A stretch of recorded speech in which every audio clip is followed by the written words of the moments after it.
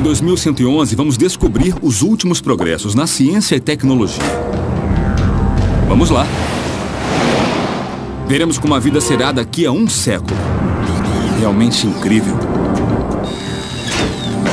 Será que a ciência poderá criar uma raça nova de super-humanos? Poderemos viajar de férias para o espaço? Nossa! E os robôs irão ajudar com as tarefas cotidianas? Ou algum dia terão o controle da Terra? Meu nome é Idze Dukevich e convido você a uma viagem para 2111.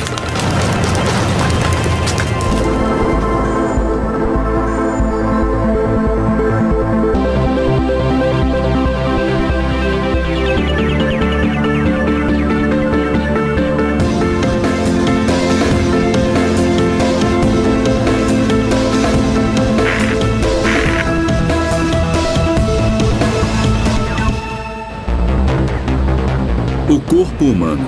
Uma combinação perfeita de força, agilidade e inteligência extraordinária. Que permanece igual há mais de 50 mil anos. Investigarei como os progressos na ciência e tecnologia irão mudar nosso corpo de forma radical no próximo século. Nessa busca, contarei com futurólogos, especialistas que se dedicam a pensar e estudar como a ciência irá mudar nossa vida.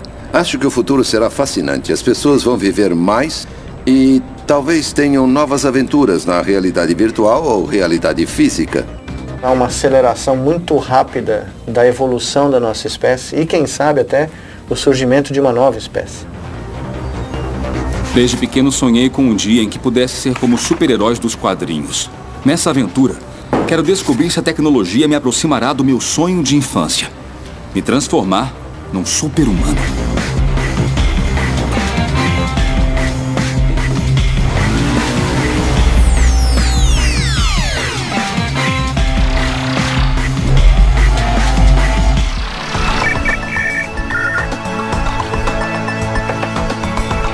Meu primeiro destino é o Japão, em busca da super-força. Aqui os engenheiros trabalham em um traje robótico que multiplica sua força por 5, conhecido como exoesqueleto.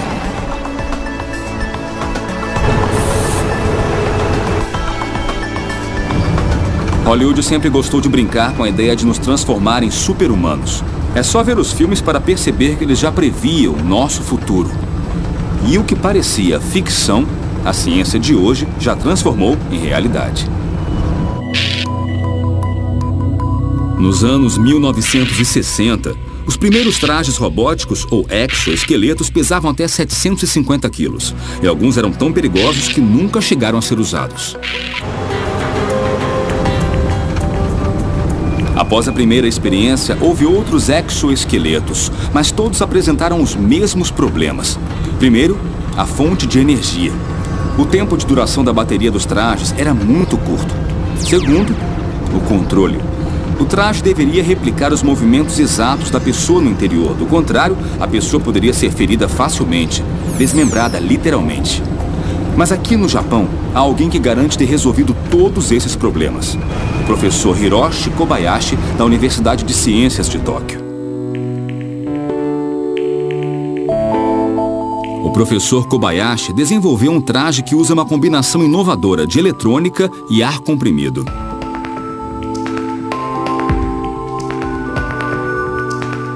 O que imita o movimento suave do músculo humano e evita possíveis danos ao usuário. Professor, como esse sistema funciona? Bem, para permitir o movimento, usamos o que chamamos de músculo artificial. Isso aqui é um músculo artificial. Isto? É. Aqui tem um tubo de borracha interno coberto por uma malha de filamentos. Tá. Então a gente enche o tubo de ar comprimido e ele infla. E é bem maleável. E muito forte também. A gente pode esperar uns 100, quer dizer, algo em torno de 1.800 newtons aqui. E quantos destes usa na roupa? No total, 8. 8 nessa roupa. É. Quando o músculo artificial se enche de ar comprimido, ele infla e se contrai, assim como um músculo de verdade. Um sistema que oferece força e precisão para controle do traje. O ar comprimido é controlado por um sistema de microprocessadores e chaves, que leva em conta uma série de padrões de movimento, como levantar, sustentar ou empurrar, cada um controlado pelo movimento dos braços. Como as roupas são controladas? Nesse caso, a gente indica um padrão de movimento. E criamos os padrões com 3 ou 4 padrões de movimento. E usamos uma chave para ativar cada um dos padrões. Basicamente é isso. O objetivo é que exoesqueletos como esse façam parte de nosso cotidiano em um futuro não muito distante. Acredito que exoesqueletos vão fazer parte de uma vida que será mais cibernética. O ciborgue humano parece alienígena e estranho, mas não é. Se pensarmos, hoje já somos uma espécie melhorada. Óculos, lentes de contato, marca-passos. No Japão, o desenvolvimento de exoesqueletos é voltado principalmente para a população crescente de idosos. Mas em outras partes do mundo, essa tecnologia também tem outras utilidades. Há um trabalho em sistemas de exoesqueletos, em especial para soldados, para que possam usar uma espécie de armadura computadorizada e robótica que possam caminhar com ela e, ao mesmo tempo, que tenham mais força e capacidades super-humanas. Quero testar se o exoesqueleto de Kobayashi pode me transformar num super-humano. Eu posso testar? Sim, sem dúvida. Mas antes, por que você não vê quantos quilos aguenta sem estar usando o traje de músculos? Tudo bem, e depois eu me visto. Isso. Tá. Tá bom. 5. Vai lá. 15 quilos. 20. 20 quilos, tá. Tá pesando. 25. 25 quilos. 35. 35 quilos. Acho que tá. E aí, já tá bom? Chega. Já tô segurando 35 quilos. Já tá bom. Tá bom. Agora, vamos colocar a roupa. Tá bom. Vamos lá? Tá. Chegou a hora da verdade.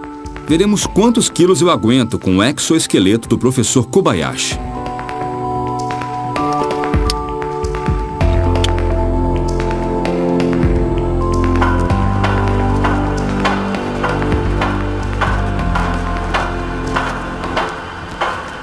Eu já vesti o exoesqueleto. Pesa uns 9,5 kg, mas na verdade não é tão pesado. Professor, nós podemos ver agora? Podemos, sim. Tá bom, isso foi o que eu aguentei. 15 quilos. Embora o volume dos sacos seja meio incômodo, eu consigo segurar tudo sem fazer muito esforço. Mais um. Vai. 50 quilos. Já está bom. Com certeza isso é uma ajuda. Não teria conseguido sem isso. Graças ao traje do professor Kobayashi, sem dúvida eu sou um homem mais forte. Imaginem tudo o que poderíamos fazer com esse tipo de traje. Agora exoesqueletos são desenvolvidos para obtermos força, mas no futuro também vão poder servir como transporte pessoal.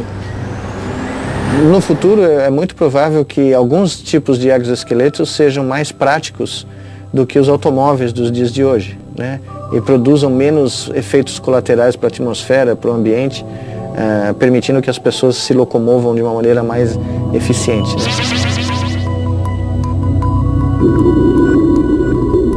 A possibilidade de utilizar exoesqueletos como meios de transporte pode ampliar ainda mais o seu uso.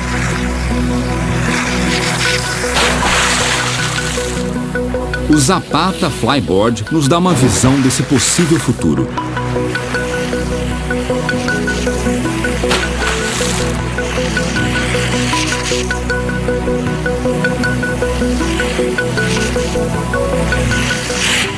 Inventado em 2011 por Frank Zapata, o Flyboard usa o impulsor de um jet ski para gerar uma coluna de água com capacidade de elevar o usuário a mais de 5 metros.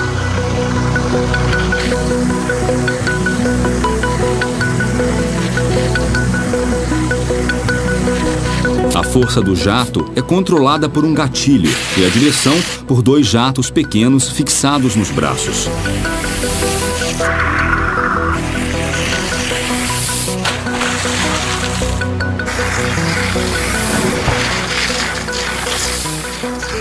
O flyboard ainda não é independente e usa um motor de jet ski para seu impulso.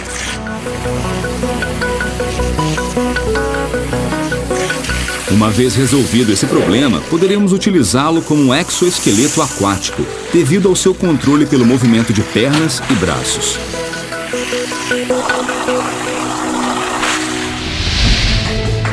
Mas esse tipo de tecnologia externa será apenas o primeiro passo para o corpo super-humano que nos aguarda daqui a 100 anos. No começo, os exoesqueletos eram mecânicos, mas com o tempo vamos cultivar órgãos e regenerá-los. Controlaremos matéria viva. E essa convergência de tecnologia e biologia dará lugar a uma civilização diferente da atual. Após conhecer o exoesqueleto, para mim ficou claro que no futuro, usar um desses trajes será tão comum como se vestir para trabalhar. Mas o que será do nosso corpo? A tecnologia conseguirá ir do exterior ao interior, sob a nossa pele, até se tornar parte de todos nós?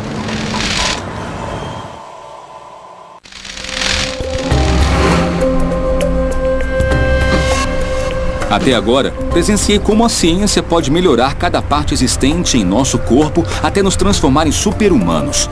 Mas a ciência conseguirá ir além disso? Será que nós poderemos adquirir habilidades novas, como a visão noturna, a audição a longa distância ou ainda a visão de raio-x?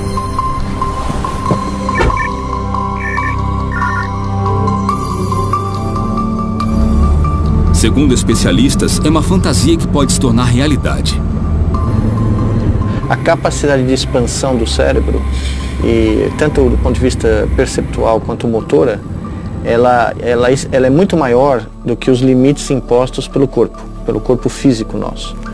Então, é muito provável que nós possamos ter múltiplos sentidos, muitos mais do que nós temos normalmente hoje. Eu estou aqui em Los Angeles para conhecer o Roger. Ele pratica esportes, gosta de marcenaria e adora curtir com a família. O extraordinário é que ele faz tudo isso sem enxergar.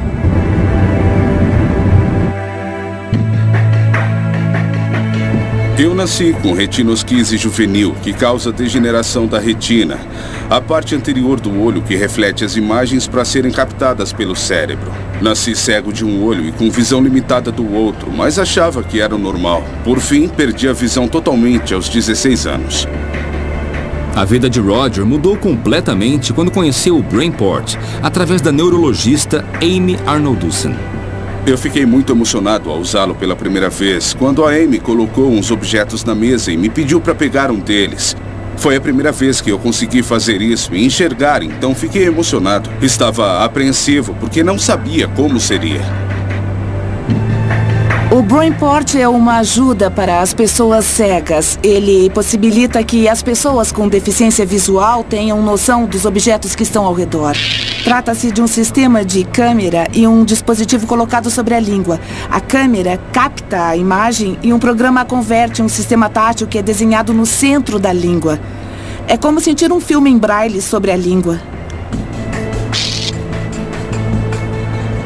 Então é só colocar os óculos e o dispositivo na boca para enxergar? De certa forma, ainda tenho muito o que aprender. Eu faço associação com aquela brincadeira do amigo que desenha em suas costas e você tem que adivinhar o que é. Aqui é o mesmo. Ele desenha a imagem na sua língua. Eu sinto e tento adivinhar ou interpretar até descobrir o que foi que ele desenhou. Então as imagens para você são as mesmas que você via antes de ficar completamente cego? Bom, as imagens são bem diferentes. Quando eu enxergava, eu lembrava do seu rosto porque já tinha te visto. Era memória fotográfica. Agora, se te visse, seria só um contorno. Ouço sua voz e imagino um rosto que posso gostar ou não. Mas não tenho detalhes diferenciados para associar a um rosto ou corpo. Só o tamanho, a forma e a velocidade com que se move. Talvez a estatura, mas sem muitos detalhes. Espero ter isso no futuro.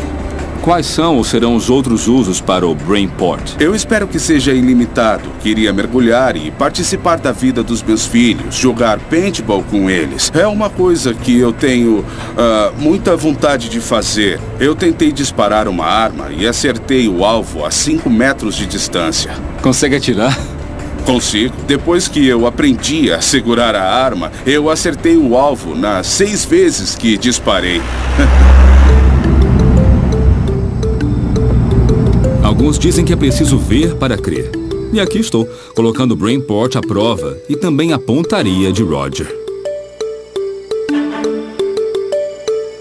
A doutora Arnoldussen resolveu nos acompanhar para não perder nenhum detalhe do que o Brainport e Roger podem fazer.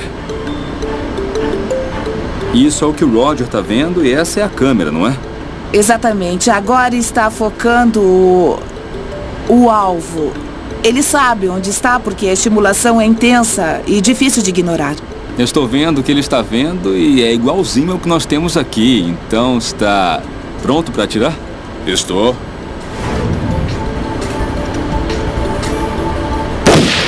Nossa, Roger, você acertou bem no meio. Eu também estou surpreso. Eu fico surpreso. É mesmo incrível. Para ser bem justo, eu vou vedar os meus olhos. Assim, Roger vai ter certeza absoluta que eu não estou trapaceando. Eu sinto os sinais elétricos na língua. No começo eu sinto dificuldade, mas depois de um tempo começo a distinguir a forma do alvo.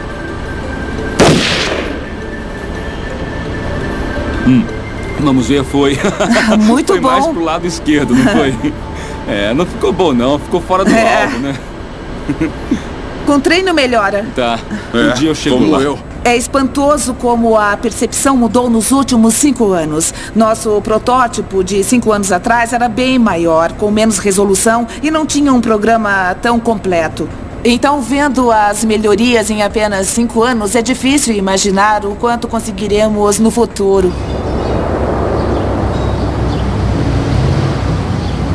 A primeira fase do aprimoramento humano vai ser restaurar coisas, será terapêutica. A segunda fase vai ser aumentar. Para certos trabalhos, alguns escolherão aumentar a sua capacidade visual para ter visão infravermelha ou ultravioleta e poder realizar trabalhos que os outros não conseguem. Minha viagem para o futuro me leva à cidade do México. Aqui vou me encontrar com um homem que já desafia as capacidades humanas. Um ciborgue da atualidade.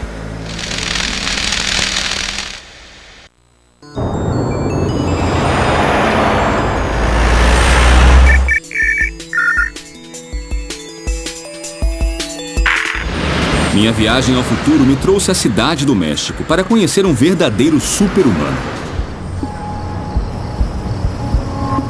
O esporte é um campo de batalha no qual o corpo humano é levado ao seu limite.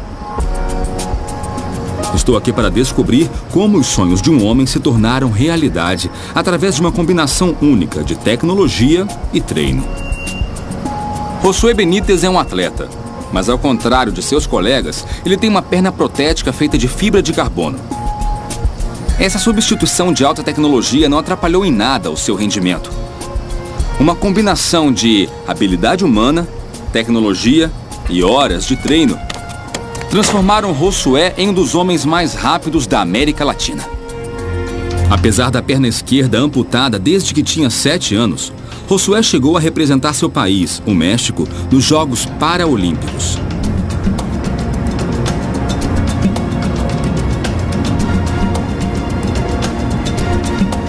O uso de próteses cada vez mais evoluídas tecnologicamente foi decisivo em sua carreira. Do joelho para baixo não existe cansaço, porque a prótese é que faz todo o trabalho. Eu só preciso jogar todo o peso e também a força da minha perna amputada para que a prótese faça o resto. O uso de fibra de carbono torna a prótese leve e flexível. Sua curva funciona como uma mola, que concentra a energia para lançar Josué ao seu próximo passo.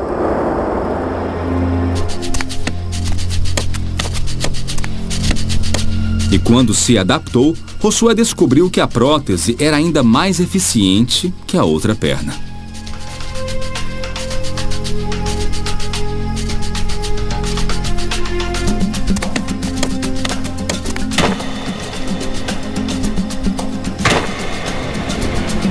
Ao me apoiar com a prótese, eu levo uma vantagem.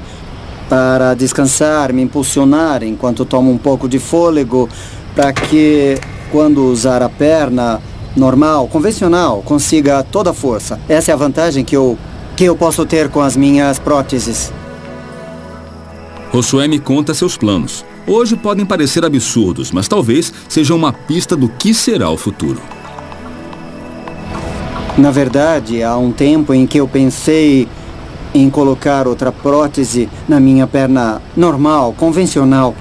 É uma ideia que ainda tenho em mente e gostaria de concretizar. Tenho certeza que ficaria muito mais rápido, melhor, mais veloz e mais ágil. Em 100 anos, pensar em substituir um membro original por outro mecânico para obter melhor rendimento poderá ser simplesmente uma questão de gosto ou objetivo. A palavra ciborgue, talvez por conta da ficção científica, tem uma conotação muito negativa. Eu prefiro pensar no nosso corpo aprimorado com a fusão da tecnologia e acho que isso vai se tornar um padrão. À medida que vamos realizando melhorias no nosso corpo, gradualmente iremos incorporá-las. Mas já existem sinais de que esse futuro está próximo. Na Alemanha, em uma cidade a 300 quilômetros de Berlim, um jovem de 24 anos decidiu amputar o braço para colocar um braço biônico.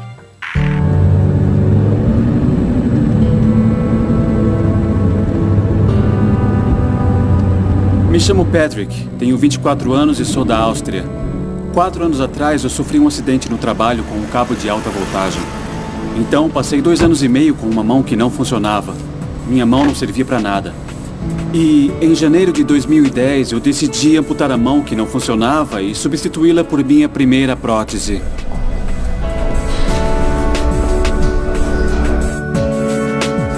Patrick é a primeira pessoa no mundo que decidiu amputar o braço para usar a mais avançada prótese da Ottobock.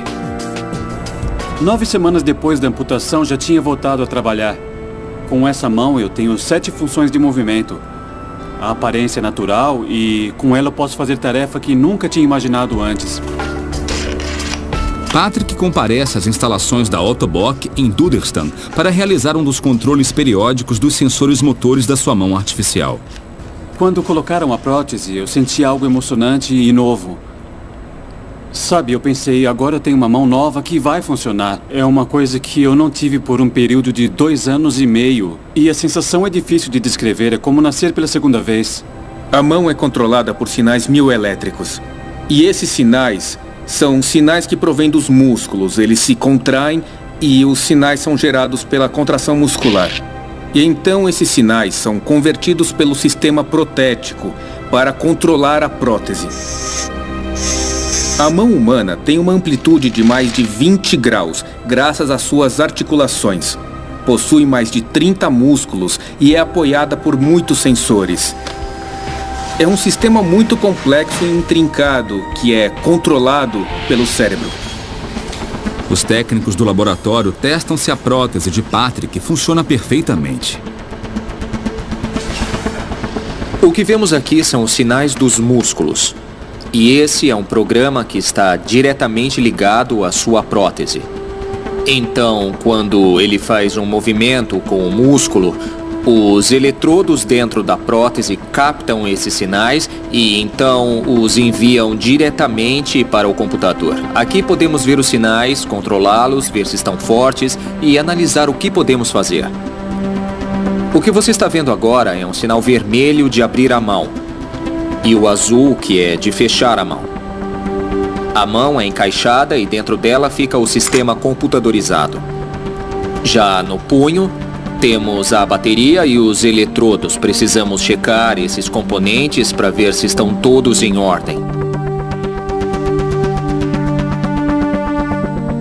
E mesmo sem a prótese, com os eletrodos conectados ao braço, Patrick pode controlá-la. Agora eu estou pensando em fechar a mão e ela fecha. Significa que uso os mesmos músculos para controlar a prótese que usava antes, para controlar minha mão biológica. prótese Michelangelo proporciona a seu usuário 7 movimentos ou maneiras de segurar, utilizando combinações dos dedos e a rotação dos pulsos. Comparada à mão humana, que tem bem mais movimentos, parece muito um sistema limitado, mas, de fato, a mão Michelangelo é uma combinação excelente de funcionalidade, desempenho robótico, capacidade de resposta, peso e aspecto natural. Como vão ser as próteses daqui a 100 anos? Acho que haverá novos materiais, novos sistemas de movimentos e novas relações homem-máquina, que poderão ser conectadas diretamente com o sistema nervoso. E então, tudo isso irá gerar partes e membros artificiais muito parecidos aos naturais. Inicialmente, nós podemos pensar que as partes não biológicas são idênticas às biológicas, mas, na verdade, uma das coisas boas de poder redesenhar o corpo humano é poder fazer coisas para aprimorar a biologia. Uma hora sairemos do desenho desse braço para fazer uma versão melhor que não seja parecida. Essa fábrica, na Alemanha, é pioneira no desenvolvimento tecnológico que irá mudar os corpos humanos do futuro. Segundo especialistas, é só uma questão de tempo podermos escolher ter partes biônicas. Essa tecnologia nos dará capacidades que hoje só existem em nossos sonhos. Há muitos super-heróis ou vilões cujos poderes foram copiados da natureza, atribuindo a eles mais força, visão sobre-humana e velocidade extrema. Será que estamos próximos de escalar paredes como uma aranha?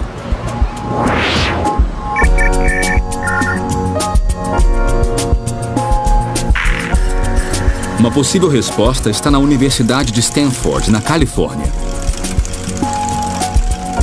Aqui, o laboratório de biomimética, conduzido por Mark Cutkosky, se dedica a reproduzir as habilidades encontradas na natureza de forma mecânica. Acho que haverá cada vez mais esforços para a melhoria do nosso corpo com novas tecnologias. Na tentativa de aumentar nossa capacidade de correr, escalar ou nadar, tomamos por base os exemplos que nós encontramos na natureza. Pesquisamos o que torna aquilo eficaz e aplicamos em coisas que usamos como roupas ou até mesmo implantes biônicos. A primeira tarefa de Mark Cutkosky e sua equipe foi projetar um robô que escala paredes igual aos super-heróis das histórias. Nosso principal objetivo é criar robôs que escalam. Queremos robôs que andem pelas paredes, tetos, penhascos, qualquer coisa. Para isso, Mark buscou respostas na natureza. Quando começamos a fazer os robôs que escalam, observamos muitos animais. Observamos insetos, aves e répteis que sobem em árvores. E, a princípio, o robô foi inspirado em um inseto que tem pequenos espinhos nas patas. Mas se o objetivo final era algo capaz de escalar superfícies lisas como o vidro, esses espinhos não iam funcionar. Finalmente, Cutkosky identificou o animal que podia escalar qualquer superfície, até mesmo vidro. É um pequeno réptil, a lagartixa. Só na última década é que entendemos como as lagartixas escalam. Antes, havia várias teorias. Alguns diziam que talvez escalassem por sucção. Entretanto, os biólogos chegaram à conclusão de que a lagartixa usava uma das forças fundamentais da física, as forças de Van der Waals. Então, a lagartixa escala superfícies usando a força de Van der Waals, que são uma atração molecular básica entre duas moléculas quaisquer que se aproximam o suficiente. As lagartixas conseguem ficar grudadas graças às formas microscópicas que se aderem a qualquer tipo de superfície, através das forças de Van der Waals. Mas não queremos algo como uma fita adesiva, é pegajosa demais para um robô escalador. O primeiro problema é que precisa aproximá-la da parede e fazer assim para que ela possa aderir. Ao empurrar, se afasta do muro e não queremos que isso aconteça ao robô. E para tirá-la, tenho que puxar, o que desperdiça energia a cada passo. Seria como andar com um chiclete grudado nos pés. Em vez de utilizar fita adesiva, Kutkowski desenvolveu um sistema baseado nas patas da lagartixa. Nessa versão aumentada, podemos visualizar. Ao aproximar, a área de contato é reduzida. Não há superfície e não adere, mas quando o robô aplica seu peso, isso dobra assim. A área aumenta e as forças de Van der Waals fazem com que grude. A lagartixa tem uma estrutura mais sofisticada do que essas calçadeiras. Elas possuem uns pedúnculos que agem como espátulas ou pequenas abas, mas que funcionam de modo bem parecido. Usando técnicas de nanotecnologia desenvolvidas para a fabricação de chips de computadores, Kutkowski levou essas formas à escala microscópica. Com isso, faremos a demonstração. Temos uma garra de robô que não se adere, mas quando o robô aplica seu peso, a área aumenta e adere com muita firmeza. Para construir este robô, a equipe teve que entender o modo de andar das lagartixas para depois programar seus movimentos. A unidade que vemos aqui é o cérebro, o que controla o robô. O fato de ter patas opostas na diagonal e a velocidade que programamos junto com todos os LEDs, que na verdade são microchips que cada motor possui e é o que faz as patas se moverem realmente. A equipe de Kutkowski agora trabalha no próximo passo, algo que no futuro nos permitirá andar pelas paredes, não como uma aranha, mas como uma lagartixa. Já fizemos testes com robôs em torno de 4 quilos, mais ou menos, então a princípio eu acho que podemos ampliar.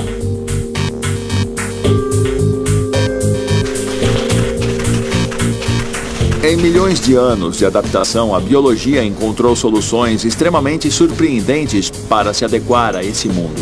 Em 100 anos, poderemos incorporar ao nosso corpo muitas das habilidades que nós vemos nos animais, além do que também imaginamos ou até mesmo sonhamos. E se em vez de escalar paredes e edifícios, pudéssemos saltar deles e voar?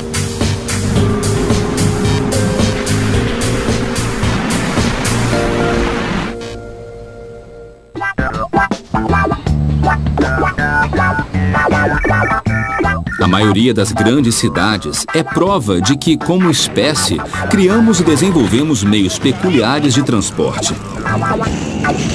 Por terra, sobre a água e até por baixo dela. Mas o mais difícil de conquistar sempre foi o céu. No Rio de Janeiro, no Brasil, a obsessão por voar não está restrita aos aeroportos.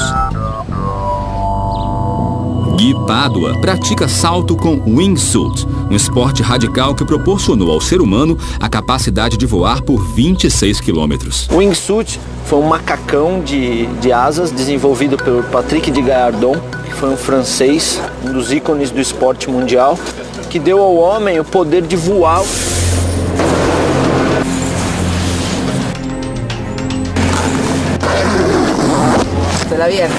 Essas bocas aqui, juntamente com as bocas da perna, são importantes para que o ar infle o macacão e o macacão fique cada vez mais rígido, melhorando a posição e a qualidade do voo.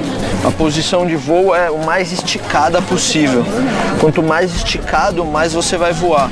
Então, é por isso que às vezes em voos longos de 5 minutos, 6 minutos, o voo vai ficando difícil porque você tem que manter a tensão do voo mesmo, manter o macacão quanto mais esticado possível. O traje de wingsuit foi inspirado em um pequeno mamífero chamado lêmure, que tem membranas em seus braços e pernas que lhes permite voar. O que acontece é que você aumenta a sua área com a mesma massa e essa relação te permite voar horizontalmente. A cada 3 ou 4 metros avançados horizontalmente, há uma queda de 1 metro na vertical.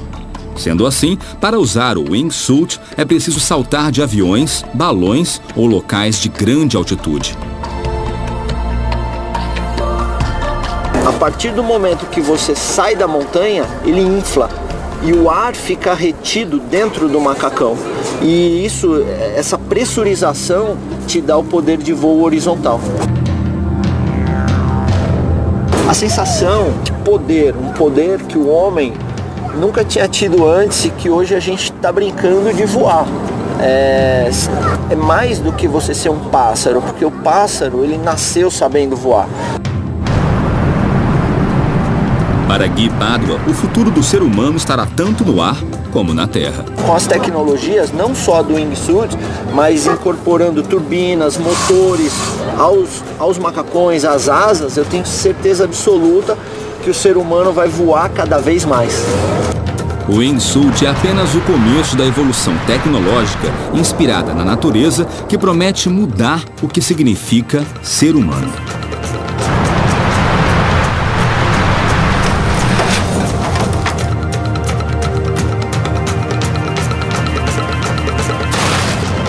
Tá bom ou não? É isso aí. Nós começamos a aprender como são os mecanismos que tornam a natureza tão fantástica e começamos a integrá-los à nossa vida, nosso corpo. Não sabemos quanto tempo levará para incorporarmos a biologia das aves em nosso corpo. Enquanto isso, engenheiros continuam trabalhando para nos fazer voar graças a motores. Na década de 1920, surgiram as primeiras ideias de mochilas voadoras, ou jetpacks, na ficção científica. Em 2012, quase um século depois, Glenn e sua equipe de engenheiros da Nova Zelândia conseguiram quebrar todos os recordes ao projetar um jetpack com autonomia de voo de 30 minutos. Esse helicóptero pessoal funciona com um sofisticado sistema de propulsão, um motor a gasolina especialmente projetado com ventiladores que produzem impulso suficiente para levantar o jetpack de 115 quilos e um piloto de até 127 quilos.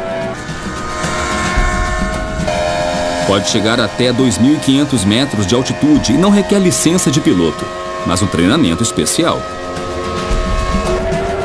Após 27 anos de trabalho, Glenn Martin conseguiu romper os limites e alcançar a máxima expressão de liberdade e autonomia que o ser humano pode imaginar. De um modo geral, todas as coisas que nós incorporamos vão nos dar habilidades que não possuímos para fazer coisas que hoje são impossíveis. Para voar, nos inspiramos de alguma forma nos pássaros. A biologia serve de inspiração, mas podemos ir muito mais além.